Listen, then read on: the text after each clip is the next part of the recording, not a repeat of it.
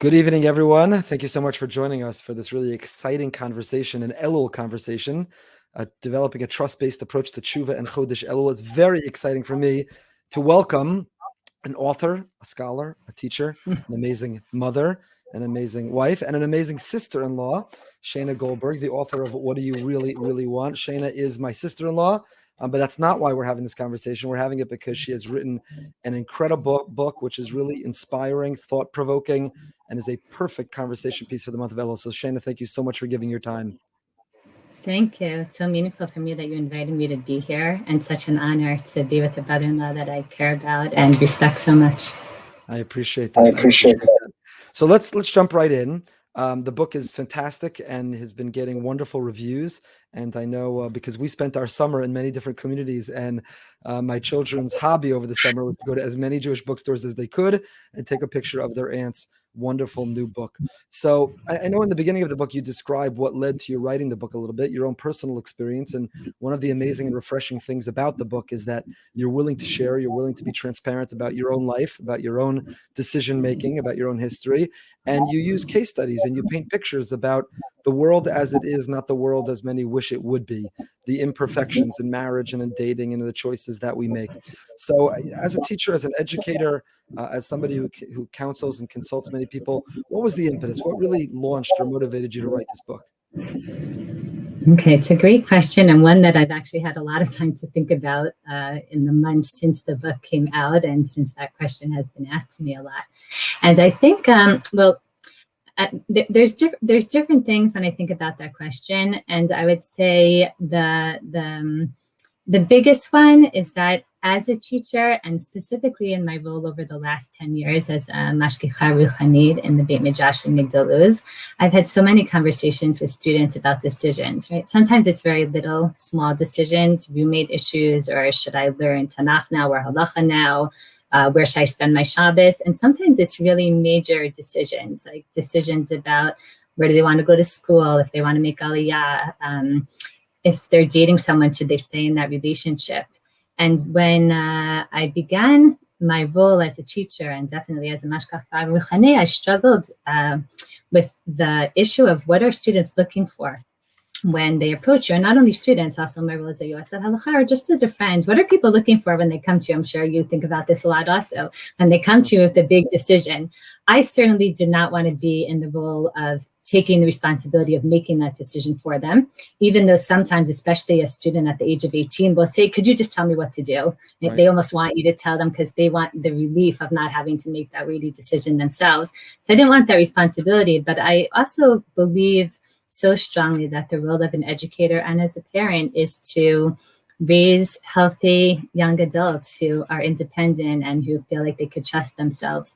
And therefore, I started just listening really carefully to what the person in front of me was saying.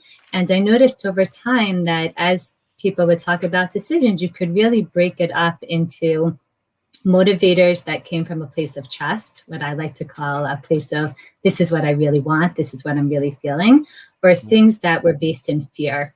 And the fear could be, their own self-perception. What does this say about me? Or what will other people think about me? What if I do this and I fail? What if I do this and I miss out on something? We've even coined that term FOMO. We have a phrase for it today. Or what if this means that I've wasted time or energy or money in the past? And as I began to listen, I noticed that oftentimes if you could just kind of hone in and help someone reflect on what they were saying, so there was an underlying awareness or intuition about what they wanted. So that was really like the big factor that over the years, there's been so many, I guess the book shares so many of these stories with changed details and changed names, but that's really been an accumulation over time. And in the background of that were so many conversations that I had with Judah, my husband, your brother, over the years about trust and fear in education, based on a quote we had heard years ago in the name of Rav Shimshon Raphael Hirsch by his great-grandson, Dr. Mordechai Breuer, that really education should be guided by trust and not by fear. And we've spoken a lot about what that means from the home that I've grown up in and the trust that my parents, Rabbi Yaakov and Abby Lerner, really instilled in us and in the world and in their community and in Hashem. So all of that was really accumulating over time. And then the tipping point that got me to actually sit down and write it was a few conversations with peers, really people my age who were struggling with decisions, who turned to me not knowing that this is something that I think a lot about just as a friend. And when I said to them, well, let me share with you something that I sometimes share with my students, they were the ones that said, wow, you need to write this up. Like this could actually be helpful to people. And I think that was a turning point when I realized, wow, this isn't just meaningful for 18-year-olds or something that me and Judah use in our own lives, but maybe this could actually be helpful for people of different ages as well. I have so many questions. I have so many follow-ups to this. Basically what you're saying is that, I know you're incredible parents and you have a very special husband, and there are things that you took for granted based on your beautiful upbringing and based on the family that you formed. And when you were teaching and counseling, you discovered that not everybody does. So I guess my follow-up question is, were you surprised that, we often think about other segments of the Orthodox community that believe in, call it a Das Torah, that regularly want someone else to give them the answers, tell them what to do. They're ready to absolutely surrender their decision-making. Were you surprised to find within the more modern Orthodox community and the community that you're teaching, that you're interacting with, that had seeped in as well? I mean, did you expect to find more independent thinking and more autonomy and more confidence? And were you surprised to find that it wasn't there? Why do you think that is? What do you think has changed, or what are the influences that have made people doubt their decisions more today? It's interesting that you kind of make that, distinction between the Haredi and non-Orthodox community. And I think when it comes to Das Torah, there is something there. But I think about all the time that even in the Haredi community, and I have close connections to the Haredi community, but even in the Haredi community, there's still an element of decision-making that's always going on. Even the question of when should I go to Das Torah? When should I ask my Rav? Because every person at some point is going to have to think for themselves, what's a question that I'm going to consult on and what am I going to write? So I think this spans like the spectrum. But yeah, you would imagine that in our community, maybe there was more willingness in the non-Orthodox community, more willingness for people to kind of feel that sense of confidence or sense of autonomy. So what I realized is it's not necessarily about going and turning to somebody for a decision. Sometimes even if somebody's ready to make the decision themselves, what the book discusses again is what is the basis of that decision. Even if you're going to make the decision themselves, is it going to be a good decision that you feel good about, that you feel confident about, that you feel like you made from a place of trust, a place of want, or was it made from a place of fear? And what I find is that when the decision is made from a place of fear, it usually doesn't end well. I could think of decisions in my own life and certainly in many other people's lives where there was some fear factor that motivated them. And what happened as a result is some point later down the line, even if they made the decision themselves, but some kind of resentment often to themselves that they didn't do what they knew deep inside, right, in the bottom of their heart that they really wanted. Yeah, so let's walk through some of the mechanics of decision making, because we're living at a time where the pace and the consequences of some of the decisions we're making are enormous. Corona, COVID, the spike that we're going through right now. When you began the book, you probably never anticipated that among the decisions we'd be making would be mask and no mask, vaccine, not vaccinate, how to align on this and what community we associate with and what approaches or safeguards to put in this. So there's almost a decision fatigue, which has set in by the amount of decisions we have to make every single day. From when you wake up in the morning, there are people making enormous decisions before they've had their sip of coffee. How many decisions have had to be made? So how do you avoid decision fatigue, and how do you maintain what you need to have the confidence in making those decisions and the consequence of the decisions that we have? So walk us through some of the mechanics of, and obviously you have this in the book, but what are some of the variables of bad decision making that we should avoid while we're making a decision? And what are the mechanics of the building blocks of good decision making that in every decision we should make sure we're employing those mechanics? Okay, so first of all, I realized I wanted to add something to before, because you said, has something changed in our generation? And I didn't touch on that. And I do think with younger people, and maybe even with my age, my peers, something has changed. And that is the fact that there's so many options, right? There was a time where things were more mainstream. You did that, everyone followed the same trajectory. I don't think that's true. Even like Judah and I talk about all the time how like our fathers and the fathers of most of our peers they basically stayed in the same job that they entered, in their 20s, and they stayed until they retired. And now people, like, they move jobs, they switch, they do different things. They want to have their hands involved in different things, sometimes out of a place of choice. So there's a lot of options out there. I think the pressure of pluralism has affected people, right? It's hard to make a decision when you feel like, well, what if my decision means that I'm disrespecting somebody else, or it means that I think I'm better than them. I see my students struggle with that all the time. Like, they're afraid to own their decisions as if that is saying something bad about the other opinion that they don't agree. And so I think there are many factors that affect this generation, and for sure a younger generation, which is why even more so it's important to talk about these things. But a few of the factors that I guess I thought about as I was writing this up, because I have to be honest, it's not like I had a formula in my head. It's kind of something that I guess over the years has become natural to me when I'm thinking about it in my own life or to my students. And then part of the challenge in putting it on paper was how to put into words what kind of happens naturally in my head, how to put a process out there that could be helpful to other people.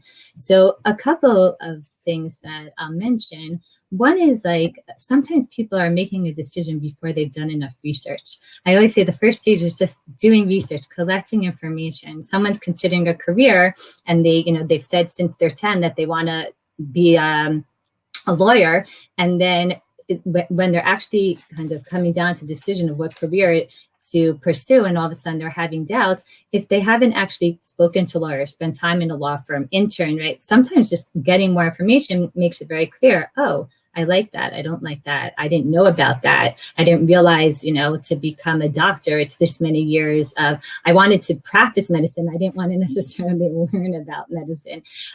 So collecting information for sure in the dating process. As someone's making a decision about dating someone, it's like, sometimes I'll talk to someone, they'll say, I don't know if I should break up. And it's like, well, it doesn't sound like you have all the information you need.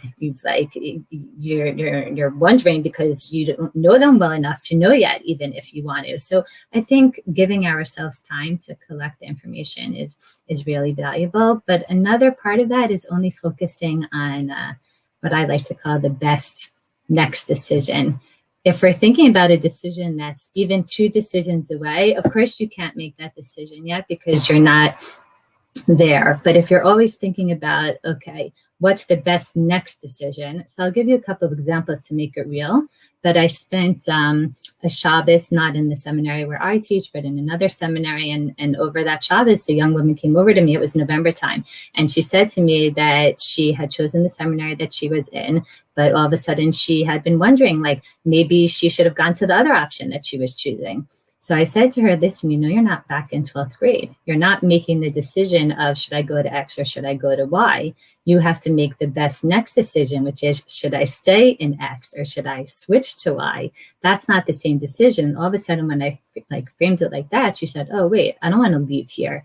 I'm just having doubts of, like, if I made the wrong decision last year. Can't go back in time. All you could do is make the best next decision. So it's about going back in time. And another, like, little example that I like to bring, but I think it's so real for us, is I remember years ago, Judah and I, when we had maybe 3 kids at the time and things were crazy and life was so busy, never had time to be with each other. And, and money is much tighter. And finally, okay, we're going to get a babysitter. We're going to go out on a Saturday night. We'll go out to eat and then we'll go to a movie. And I remember, like, sitting in the movie, we're a half hour in, and we looked at each other and we just weren't enjoying it.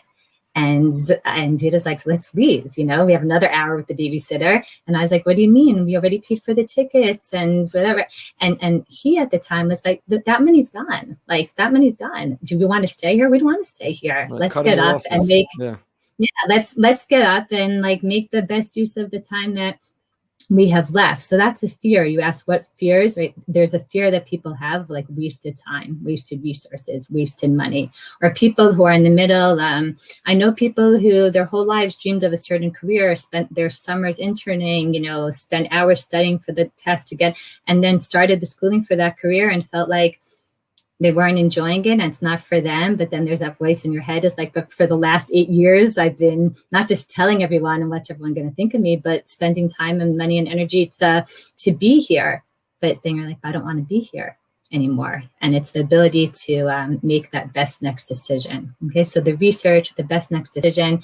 And at the end of the day, I mean, there's so many more to elaborate. I'm really cutting to some key points, but the fear versus trust. Buy the book, everyone. You can buy the book and read the fear rest. versus trust element is so big. And I'll share a story that I've been sharing because it makes the point so clearly.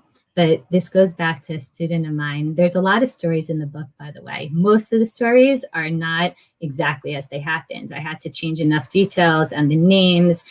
So I didn't want any of my students to be like, oh my God, she wrote that about me and she didn't ask me, right? Or anybody that I've consulted with.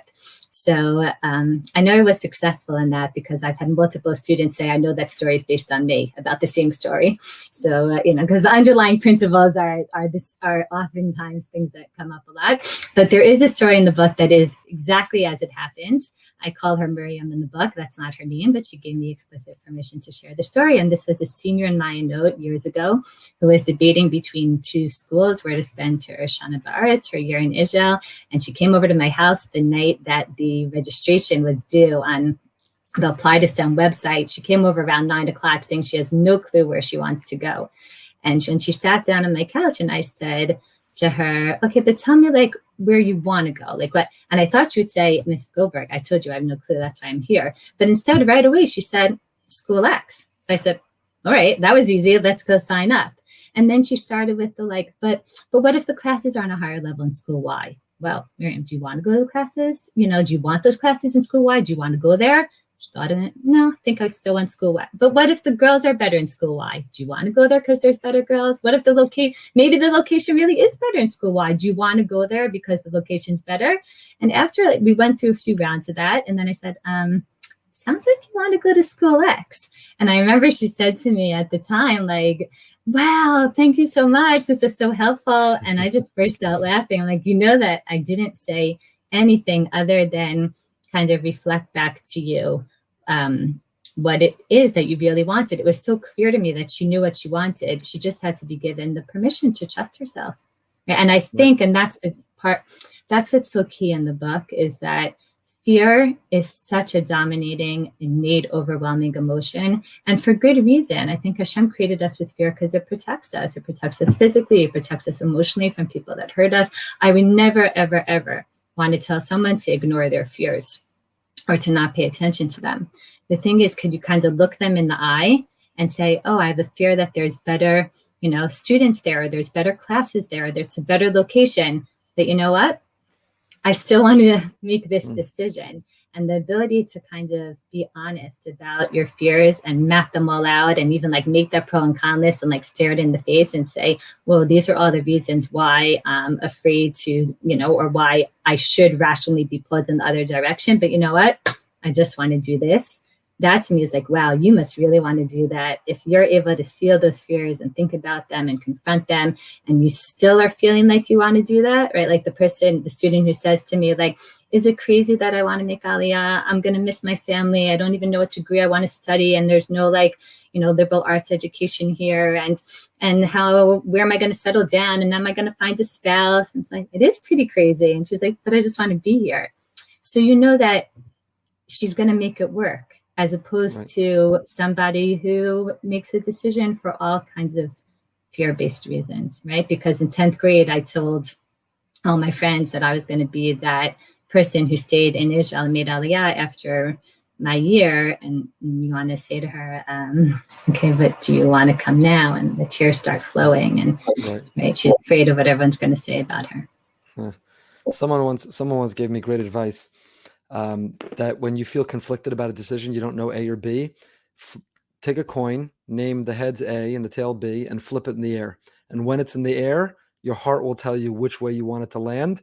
That's what you're really thinking, which reinforces what you're saying, which is that instinctively, intuitively, we were designed and programmed. Hashem gave us a head, and we're able to figure out what we want, or we have an instinct of what we want. And then there's layers that need to be peeled back or removed of fear and other things until we can have the confidence to know what we want. So one of the themes in the book, and one of the themes that you write about among the many jobs you listed, you've become a wonderful, prolific author for Times of Israel and elsewhere, sharing great insight and really capturing a lot of living in Israel and different time periods. Really fantastic. Everybody should check out about in times of Israel. And one of your themes in your writings is living with tension. Writing, you're speaking, in your life in general, and in the book as well, is the capacity to live with tension. That not everything has a clean and neat solution or answer. Sometimes this is true and that is true. They're contradictory, and you can live with that tension.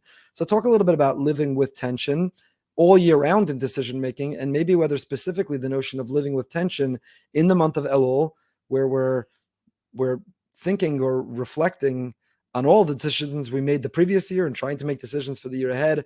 Where does the role of living with tension and trying to figure out our identity, who we are and where we're going, where does that fit in? Okay, thank you so much actually for tying it into Elul, because I've been thinking a lot. I talk a lot about tension with my kids, to the point that I have a child now who always says to me when he's struggling, he's like, I think it's because I'm feeling tension. And it's so great to be able to recognize that, right? I want to go hang out with my friends until 2 o'clock in the morning, but I know that I'm exhausted then the next day, and it's hard for me to wake up for minyan. And like, instead of just getting angry, he could express that tension and then figure out what he wants to do from there.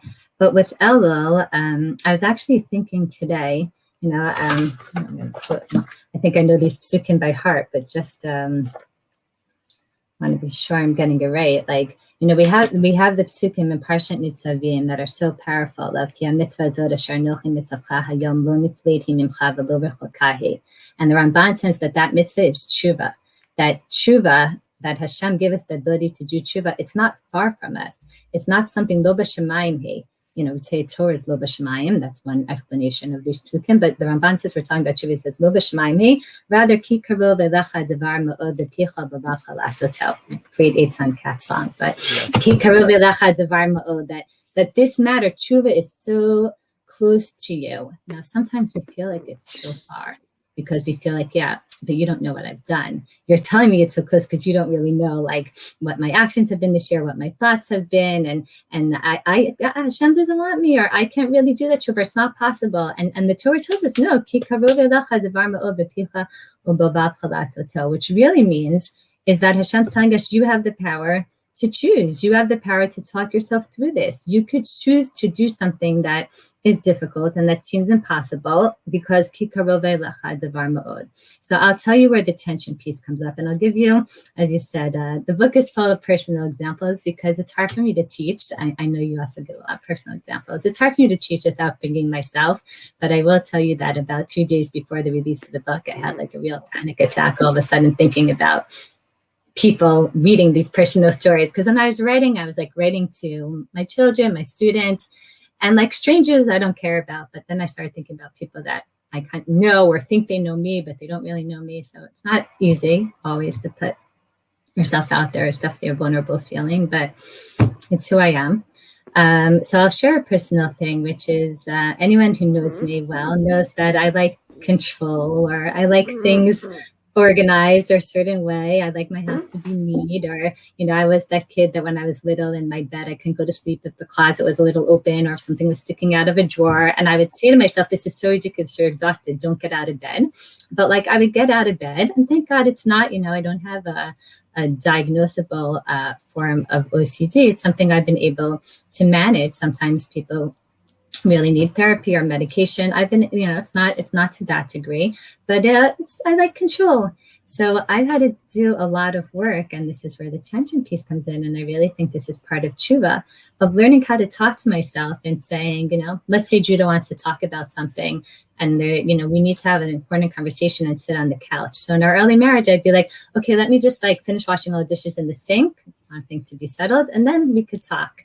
And I've learned over time to say, okay, Shayna, you have a need for things to be organized. You want the dishes to be washed. That's okay.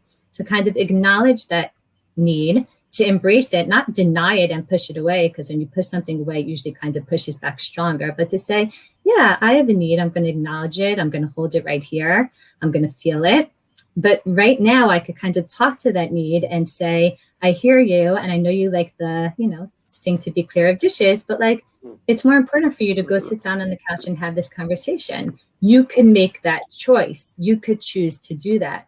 And I think in every area of teshuva, it's like that, right? It's like, okay, your alarm goes off. Okay, I want to stay in bed. I'm exhausted.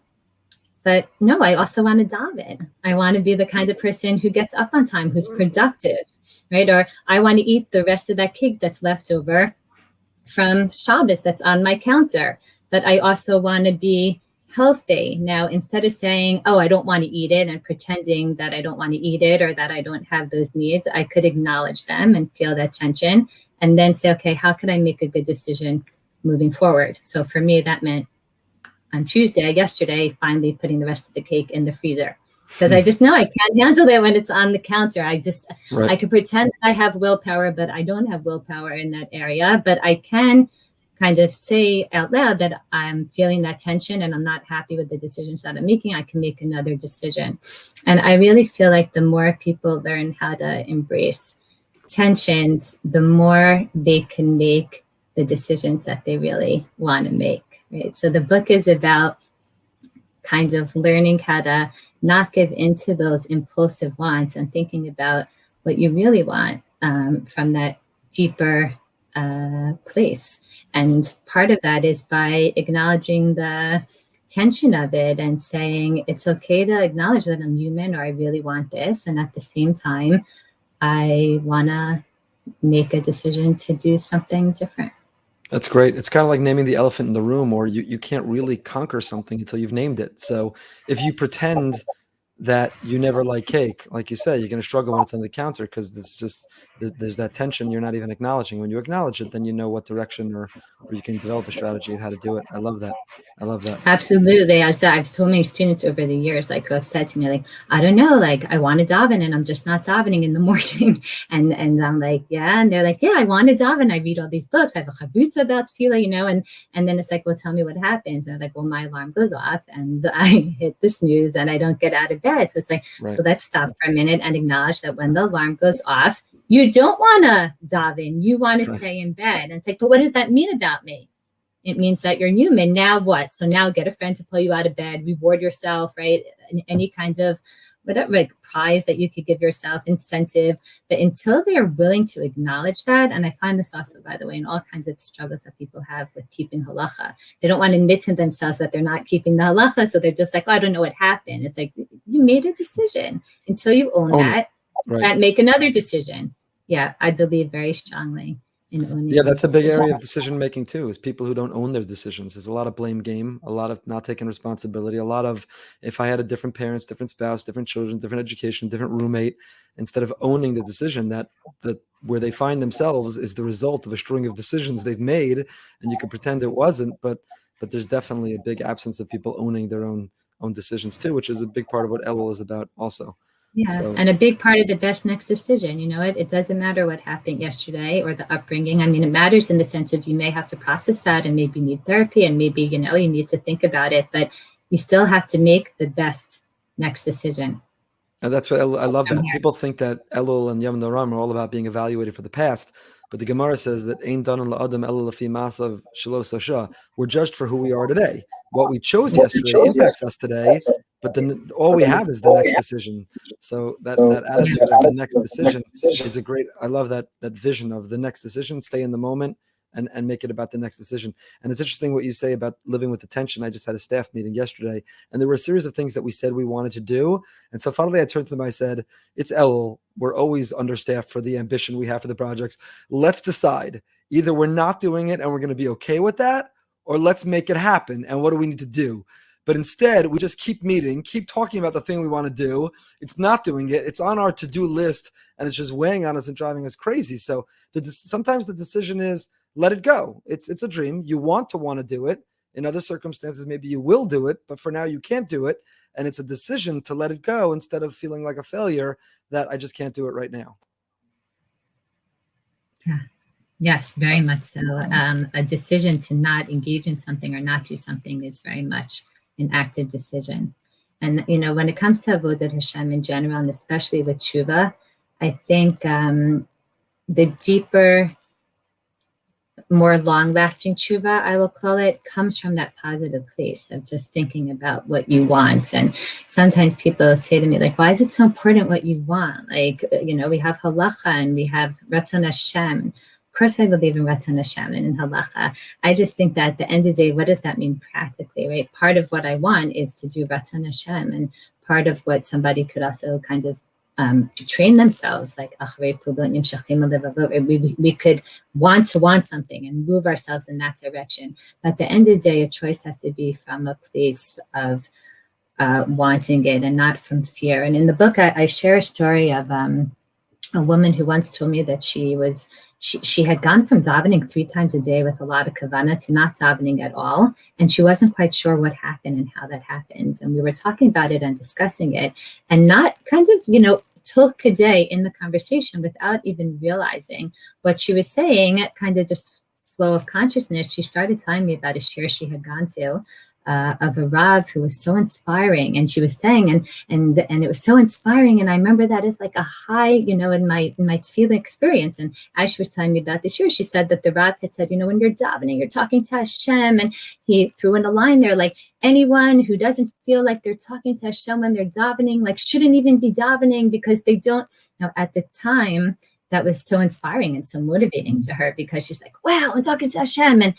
But what she didn't realize, and what we processed together in the conversation, is that over time, somehow it had deeply affected her that if I don't feel like I'm talking to Hashem, I guess I don't deserve to be davening. And I feel like that's where the fear or the guilt or the shame that people throw in, like, for the best of intentions, the Shema, because it's inspiring, but the long-term effects of making decisions from a place of fear, of like, how could I daven if I don't feel like I'm talking to Hashem? Even if in the moment it feels wonderful, sometimes in the long term it has unintended consequences. Yeah, for sure. I want to pivot. I don't know how much more time we have, but I want to pivot from the people, right? The thesis of the book is make decisions from trust, not from fear.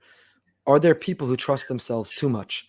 There definitely is an element of those who lack confidence, and they're trying to defer to others, or they're outsourcing their decision-making to others, and then it becomes a position of fear. And that's predominantly what the book speaks to. But what are your thoughts on the people who have too much confidence, which is also, ironically, you kind of have both in this younger generation today. You have people who, the helicopter parenting, they've never learned to have confidence in their decisions. But you also have some of the opposite. The Piazetzner writes about this in Warsaw pre-war. This already was happening, where he says young people have too much confidence. They don't have the life experience to have the confidence that they have in how sure they are about how they view the world. So any comments about, are there people who need to tone down their decision-making, not to be so arrogant or so overconfident? They have an overconfidence. They don't even know what they don't know or what they haven't experienced. And maybe they do need to have a little healthier dose of fear, because that will give them a little bit more humility. So that's the word I was going to use. I don't know if it's like the same, issue of trust versus fear. It's a whole other issue, which is arrogance versus humility. I think that somebody could have self-confidence and they could feel good about their decision-making and also have a tremendous amount of humility at the same time, right? Humility in the sense of it's important to talk to people who have more experience. That's the research component that I spoke about. Like, humility plays out in so many ways. Humility in terms of knowing my place, humility in terms of the people that I turn to, the experiences that I had, how old I am, humility in terms of how I carry myself, the way that I speak, always being able to say, like, I think that, or perhaps that, but, not knowing that you don't know anything for sure. Humility before Kadosh Baruch Hu. So I think for me, it's two separate issues, meaning there are people who don't necessarily have so much confidence when it comes to decision making, but they are very arrogant in the way that they conduct themselves. There are people who have confidence in their decision making and they have a lot of humility. There's definitely an overlap, which is, what you spoke to, but I'm not sure that we have to, kind of mix. I'm not sure that we have to mix them. I don't know. I think humility for me, the model that I was raised with, both with my parents, for sure, my father and his rabbanis, the teachers that I turned to over the years, the role models that I have always been people of tremendous humility. It's like I could feel it, or it doesn't sit well with me when I am interacting with someone who just feels like they don't know their place. And even if they know a ton and, so much more than I do, but just in how they carry themselves and how they speak. So I think humility as a value is something that needs to be emphasized in our world today, separate and apart from trust and fear. But I'd like to hope that we could teach towards trust and at the same time towards a healthy humility, which a healthy humility doesn't mean that you don't know what your talents are. We always speak about Moshe, that he was a Nav Ma'od, and at the same time, he was the greatest Navi to ever live. It just means that you know your talents are from Hashem, that you don't think your talents make you greater than anybody else, that you know what your place is in the world around you. But I kind of see it as two separate issues. The book is broken up into 4 parts, each fantastic and insightful. The first, the role of trust in decision-making, and then the second, decision-making case scenarios, which is really the best way to learn with real live adjusted, but real case studies of people and real decisions that people make, school choices, career, finances, therapy, all kinds of engagement, children, countless. The third, employing trust in everyday life. But I want to come to the fourth. The fourth section is the after the decision, now what? So, part of that, in that fourth section, you talk about having confidence in our decision, because there's a Tzelem Elokim, there's a godly spirit and soul inside us, and he gave us the brain power and the wisdom to be able to make the decision and to be confident. What would you say to people who've had experiences of regretting their decision? Somebody who made a decision and looks back and says, I blew that one. Whether they lost an enormous amount of money because it was a foolish investment, whether it was a relationship. There are people who get married and come to a realization they were married to the wrong person and need to be divorced. There are all kinds of, there's small decision making. We chose that restaurant. Oh, we should have gone to the other restaurant. Inconsequential, insignificant. But do a series of bad decisions or wrong decisions undermine the confidence and trust someone has in themselves to make the next decision? How do people who have regrets continue to have healthy decision making going forward? That is such a great question. And I think that it really comes down to understanding why they made that decision, what in the end made it feel like a bad decision for them. I think a lot of times the process of the decision is the factor that leaves people feeling really regretful about their decision, as opposed to the actual outcome. Okay, meaning that if someone feels like they made a decision from the best place with all the information that they could have had at the time, right? If I'm speaking to someone, I say, listen, you have all the information you could have at the time. You feel really good about this decision. I can't guarantee for you, the same way that you don't know what's going to be, because no one knows what's going to happen tomorrow and what's going to come our way. But we could feel confident that you made the best decision that you could. And therefore, even if in a year from now, you feel like, oh no, like things have changed and shifted, right? And I feel like now I need to make a new decision. So new decisions may always come up. Things may change and you may have to, right? People have to get divorced. They discover things they didn't know before. Over time, the relationship changes. But if they feel like they made the best decision that they could at the time that they made it, so then usually they don't feel resentment towards themselves. They feel like, chaval, sad that this is how life turned out, or can never have anticipated that, or couldn't have known that. Usually where the regrets come in is when they go back and they say, oh, I didn't do good enough research, or I made a decision because that's what my parents wanted me to do, even though I knew that's not what I wanted me to do, or I moved there because that's where everyone was moving, even though something told me that's not the place for me, or, right, like, meaning a lot of times when there's awareness of the fear, and then it becomes a learning opportunity, and it's very, very difficult. But when you could look back and you could say, oh, I made that decision. I could look back on decisions that I made in my life where I made them out of fear, because, that's what other people told me someone like you should be doing, and that's what's right for you. And I could say, yeah, I learned from that decision, as painful as it was, to trust my intuition, that I know kind of what's right for me. Not because I shouldn't speak to people around me. I should speak to them. I should gather that information. I should do my research. But then I need to trust that voice in me. And I think I really do see a split between that. When people have deep regrets, it's usually because there was something in the process that led them to make a decision that they realized was really not a good decision, as opposed to, I made a really good decision. Recently, I was speaking to a peer of mine who told me she and her husband put a lot of time and effort into moving to a certain community down south. They built a home there from scratch. I mean, left everything that they had in the Yerushalayim area. And already 6 months in, they could tell that it just wasn't going to be what they had thought, even though they had done a ton of research and they gave it more time. And she said to me, like, we made the decision to move back to the Yerushalayim area, but we don't regret for a minute. Like, we don't look back and think we made the best decision that we could have made at that time. We could never have known the things that came up once we were there. We just could not have known them.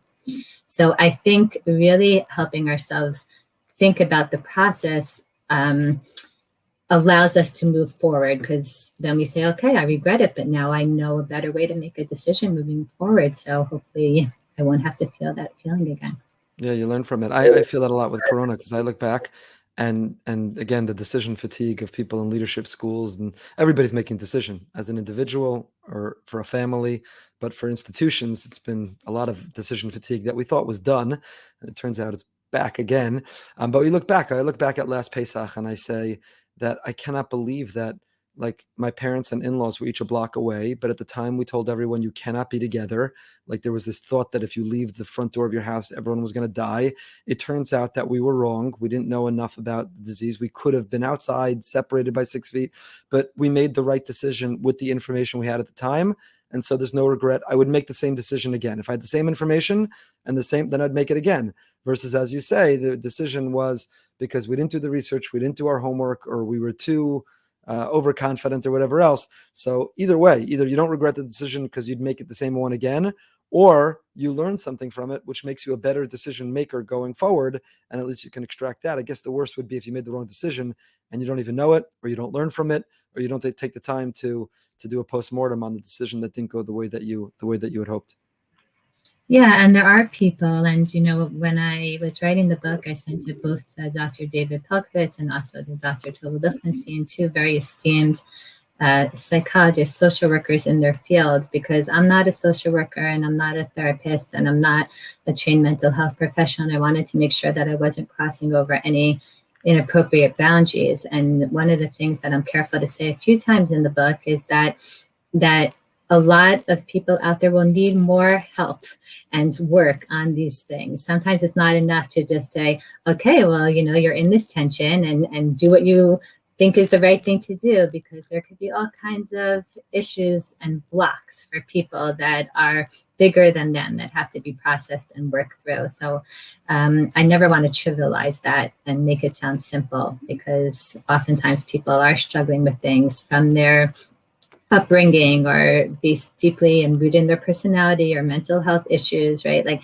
you would never want to tell someone who's suffering from depression, just choose to be happy, as if it's their choice. So it's a fine line, and we have to be careful about that. But at the same time, we so easily today just blame other things and don't make choices when we can. Find that line. Yeah, one other thing that I've been thinking about in Elul and teshuva related is and also trust related, is that I think so often as kids, Hashem created us with bechira chafshid, as he said. Like, he believes in us as human beings. We're going to read also in Parsha Nitzavim b'charta b'chayim. He thinks we could do it. And at the same time, we're also born very tamim. Like, people are good. My parents really also raised me to feel like people are good. There's an inherent goodness in people. They want to do the right thing, even if they're struggling. And I think as kids, we have an intuitive sense of this, and we have an intuitive connection to Hashem. We feel him in our lives, right? Like, you feel, a kid will tell you about a kumsitz that they went to, or singing Hashem is here, Hashem is there, or a sunset that they saw, or they're davening at the kotel. And then as we get older, I think we become more cynical in the sense of not trusting our own intuitive sense of Hashem in our life. We think it's childish somehow, like to feel like, wow, I feel like Hashem's in that sense that feels somehow not sophisticated or not, rational or not developed. And then we doubt those intuitive feelings that we had of closeness to Hashem. And I think part of trusting ourselves is kind of letting go of all those voices in our head that are cynical and that say, oh, that's so silly, or right, and like kind of returning somewhat to that mood. And I feel it very much every year when we start saying the David Hashem, which we're saying now, because the David Hashem switches from this, like, almost like confident or maybe an overconfident voice of Hashem will be the Yishin and the Yura, like feeling Hashem in our lives. He's our light and He's salvation. I have nothing to fear. So all of a sudden, like mid-parak, saying, Shema Hashem Koli Akra, like, Al Tistir Panecha Mimeni, don't hide yourself from me and hear my voice. And like, what happened to Hashem? And I think we all live with those two voices in our heads all the time, like wondering, oh, God is so good, right? Even the littlest things, like circling around the parking lot of Rami Levi, and I need to get home to meet my kid, and no one's, pulling out of their spot. I'm like, Hashem, help me find the parking spot. Someone pulling, thank you, Hashem. Hashem? Okay, whatever. That could be a topic for your Amunah share. I don't know if Hashem really did that or not, or how that works, but right, we feel Hashem in our lives. And then other times we're like, where's Hashem? Right. And I think that what's so powerful for me about the Mizmor is at the very end of the Mizmor, like David HaMelech even says, Lulei Hamanti l'ra'ot b'tuv Hashem. Like, had I not had the ability to believe in Hashem, and then he trails off, he almost can't think. And usually when there's a Lulei, there's an Az. Like if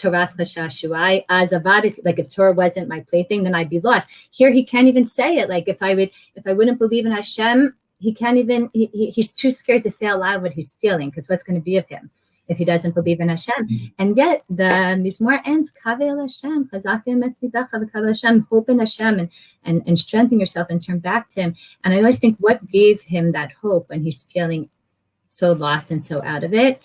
And in my personal experience, it's that return to that, just like, it doesn't make sense. It's not rational. It's like Rav Lichtenstein's article, the source of faith is faith itself. He finds himself, even at the moment that he doesn't feel Hashem, saying, Al tistir panecha mimeni, don't hide yourself from me, right? It's like he's talking to the Hashem that he's not feeling. That's so intuitive. And then he says, well, I'm still talking to Hashem. I must believe in Him. And I think we should let go of the cynicism or the fear of being childish and return to that tmimut, that tmimistic, pashut experience of Hashem that so many of us had as kids. Well, to a degree, he's living with the tension. He's an example of living with that tension, that back and forth. So one of the best, if not the best decision that my brilliant brother ever made was to marry you, Shayna. So he's a good decision maker, that's for sure. And I want to thank you for taking the time and sharing your insights and the book. Highly recommended book, What Do You Really Want? It's from Koren Publishers. And tonight, those who are listening, those who are watching, and if you watch it afterwards, go to Koren Publishers online. You can buy it in countless Jewish bookstores in America, Israel, and around the world. But if you go on Koren Publishers, discount code WHATBRS, the discount code WHAT, as in what do you really want, WHATBRS, and you will get a nice discount on the book because of this book launch. So let me put that up again for those who want. WHATBRS, discount code is WHATBRS. So Shayna, thank you so much for giving us the time. Thank you for sharing your wisdom. Thank you for making yourself vulnerable and sharing the stories. Thank you for not sharing any stories about me. Or at least I don't think there are. Maybe there are. You changed some of the details. But thank you for it all. And we really appreciate you sharing your insights about Elul with all of us this evening. So thank you. Thank you so much.